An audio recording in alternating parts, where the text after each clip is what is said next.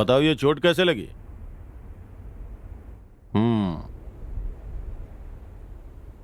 बताओ, उस बिल्डिंग में तुम क्या कर रहे थे?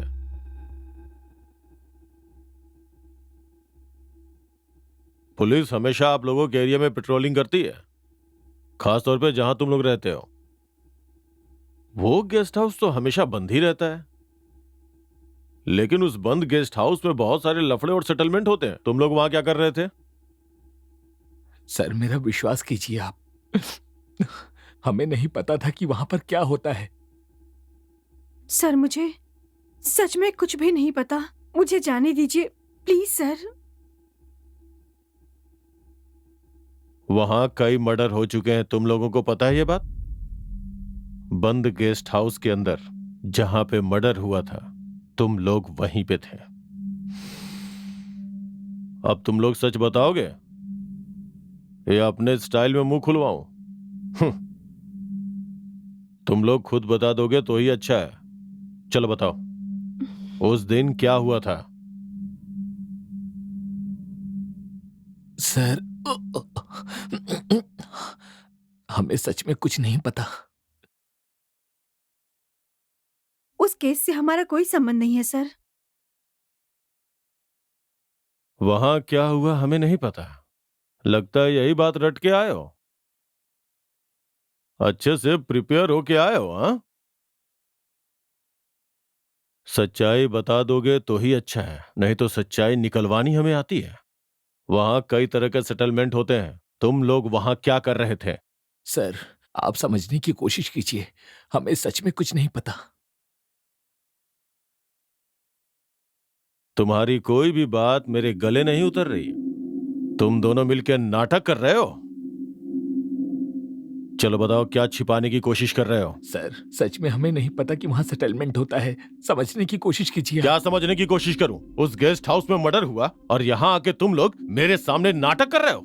जो भी सच्चाई है चुपचाप बता दो, नहीं तो मैं अपना तरीका इस्तेमाल करूंगा तो तुम्हें अच्छा नहीं लगेगा। लड़की हो इसीलिए बोल रहा हूं, 3rd डिग्री बर्दाश्त नहीं कर पाओगी। अरे सर आप समझने की कोशिश नहीं कर रहे हैं, इससे हमारा कोई संबंध नहीं है। हमने जो गलती नहीं की सर, हमें मेहरबानी करके जाने दीजिए सर। वहां जरूर कुछ न कुछ है जिससे तुम लोगों का लिंक है। सच सच बताओ, वहां क्या होता था? इज्जत से बता दो मुझे। कम से कम तुम तो सच बताओ। अगर सच बताओगी तो मैं तुम्हें सजा से बचाने में मदद करूंगा, और अगर सच्चाई नहीं बताई तो तुम्हारे ऊपर केस लगा के अंदर कर दूंगा। सर पुलिस के न्याय पर मैं पूरा भरोसा करती हूँ सर। आप चाहें तो गेस्ट हाउस के सीसीटीवी कैमरा, एरिया के सीसीटीवी कैमरा को चेक कर सकते हैं। सर आप हमें बार बार गुनहगार कह रहे हैं और आप हमसे जबरदस्ती इस गलती को मानने के लिए भी कह रहे हैं। आवाज ऊंची करके बात करोगे तो वो हाल करूंगा कि सारी सच्चाई अपने आप बाहर निकल जाएगी। यहां बैठ के नाटक कर रहे हो। मेरा टाइम वेस्ट मत करो, मुझे ये बिल्कुल पसंद नहीं है। चलो मुझे बताओ कि वहां क्यों और किस लिए गए थे तुम दोनों? सर हमने जो जुर्म नहीं किया उसे आप जबरदस्ती क्यों मनवाना चाहते हैं? सर हम बेगुनाह हैं, हमें जाने दीजिए। जाने दूंगा। सच बता दो ना, फिर तुम दोनों को आराम से जाने दूंगा। तुम लोगों को क्या करना है? सच्चाई बतानी है। बार बार एक ही बात पूछ रहा हूं, दोबारा नहीं पूछूंगा। लॉक किए हुए गेस्ट हाउस में वहां पे मर्डर हुआ है और तुम लोग भी वहीं थे। अब ये बताओ, तुम लोग वहां क्यों गए थे और वहां क्या कर रहे थे? ये सारी सच्चाई मुझे बताओ। डिपार्टमेंट के लोगों को क्या बेवकूफ समझ रखा है? इंक्वायरी करके पता लगा लूंगा, लेकिन अगर तुम खुद बता दोगे तो सजा कम मिलेगी। चलो मुझे बताओ, उस लॉक गेस्ट हाउस में तुम दोनों क्या कर रहे थे? तुमसे पूछ रहा हूं, किसका है वो गेस्ट हाउस? हाँ, उस पुलिस वालों के सवालों का उनके पास कोई जवाब नहीं था।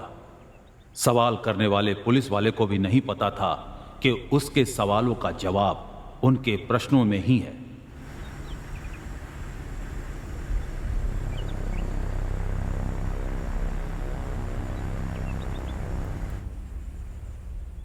वारंगल बद्री रेड्डी, हैदराबाद यादव, इन दोनों के बीच नेता बनने की होड़ लगी थी। इसके आदमी को उसके आदमी और उसके आदमियों को इसके आदमी बार बार मारते थे। पुलिस वाले ने जैसा कहा वैसे ही वहां उस बिल्डिंग में सेटलमेंट होते थे। अब कहानी में चलते हैं। बद्री का बेटा कार्तिक और यादव का बेटा मल्लेश, ये दोनों ही इस डॉन की सीट पर बैठना चाहते थे। अब देखना था कि वो कुर्सी किसकी होती है। ये सब देखते हुए भी वहां की सिटी पुलिस शांत क्यों थी? वहां की पुलिस इन लोगों को क्यों संरक्षण दे रही थी?